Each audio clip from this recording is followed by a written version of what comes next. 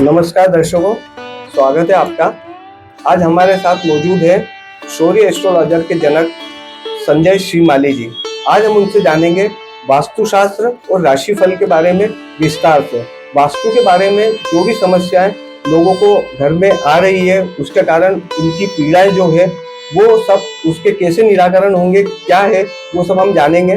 मौजूद है संजय श्रीमाली जी। नमस्कार, स्वागत है आपका। आज हम जानेंगे कि वास्तु दोष को लेकर तरह तरह की भ्रांतियां फैली हुई है। लोग वास्तु शास्त्र को बहुत गंभीरता से लेते हैं और कुछ ऐसे हैं जो उसको अनदेखा कर देते हैं। वास्तु शास्त्र से अगर घर का वास्तु सही नहीं है तो किस प्रकार की क्या समस्या आ सकती है, थोड़ा सा आप हमारे दर्शकों को बताइए। जय श्री कृष्णा।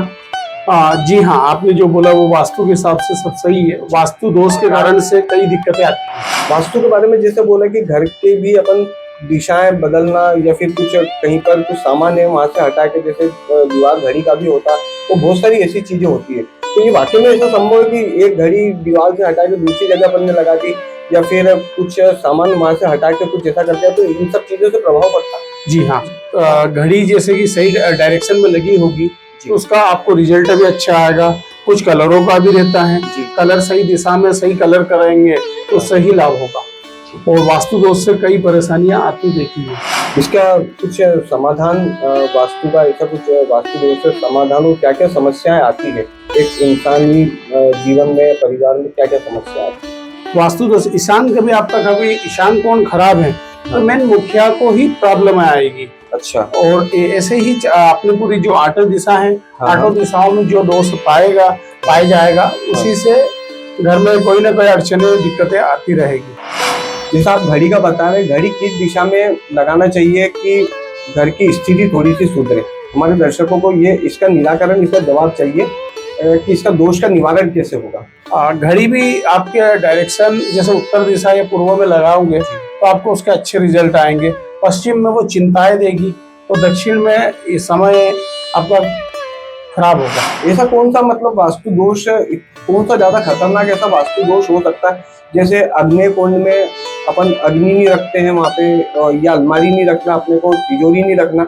हमारे दर्शक ये जानना चाह रहे हैं कि इसके बारे में थोड़ा सा बताइए। ये मेरा इतने साल का अनुभव है कि अग्नि कुंड में कभी आपका बेडरूम है तो संतान होने में दिक्कतें आती ही है। हमारे दर्शक ये जानना चाहते हैं कि आठों दिशाओं में उसकी क्या प्रभाव पड़ते हैं और कैसे अपन उसको समस्या को निराकरण कर सकते हैं। आठों दिशाओं के अलग अलग निवारण हैं और आठों दिशाओं से कुछ भी अव्यवस्थित चीजें रखी जाती है जिससे घर में समस्या आती ही है। अभी ये हर घर में ऐसी समस्या आ रही है गुरुजी की, अपन 5 हफ्ते को ऐसे सकारात्मक ऊर्जा एक चाहिए रहती है। आदमी के अंदर नेगेटिविटी बहुत आ रही है, बाहर बाजार में वो जा रहा है तो सब नेगेटिविटी से उसका सामना हो रहा। तो 5 ऐसे उपाय हम जानना चाहते हैं, सकारात्मक उपाय, कि जिससे उसमें ऊर्जा बनी रहे, सकारात्मक ऊर्जा रहे और स्फूर्तिवान महसूस करें। घर में आप सबसे पहले घर के चारों कोनों पर आप फिटकरियां रखें, जिससे भी आपको लाभ होगा। घर के कांच आईना, घड़ी प्लस आप झाड़ू, ये सही डायरेक्शनों में रखोगे तो उससे भी आपको लाभ होगा। और ये तीनों चीजें आप उत्तर दिशा में रखते हो तो आपको विशेष लाभ होगा। क्या झाड़ू और क्या बताया था? झाड़ू, कांच और घड़ी, ये हमेशा उत्तर या पूर्व दिशा में ही रखना चाहिए।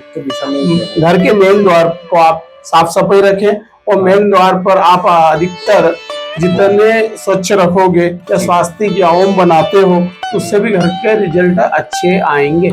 एक सवाल हम जानना चाहते हैं राशियों का। तो क्या राशियों का सही में ऐसा फर्क पड़ता है किसी के करियर पे, विवाह संबंध आदि होने में राशियों से रुकावट आती है?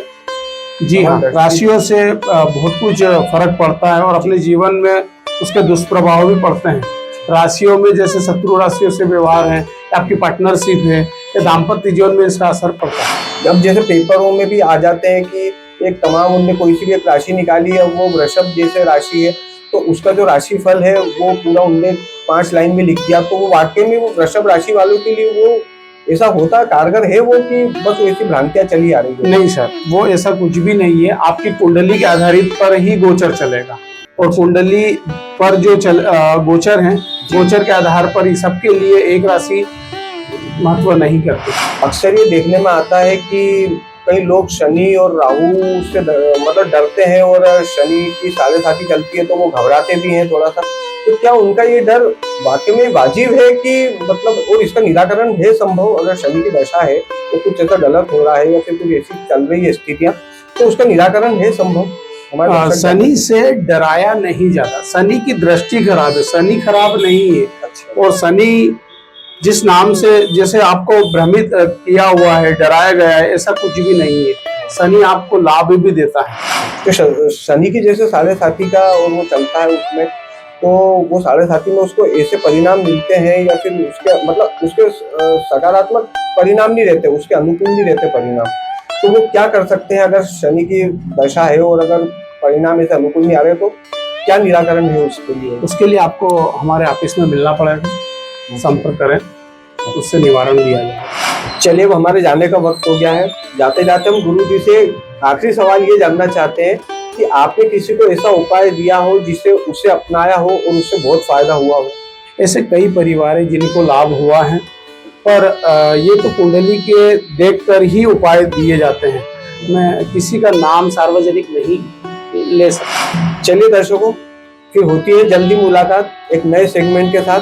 तब तक के लिए अपना ध्यान रखिए, खुश रहिए, स्वस्थ रहिए। धन्यवाद।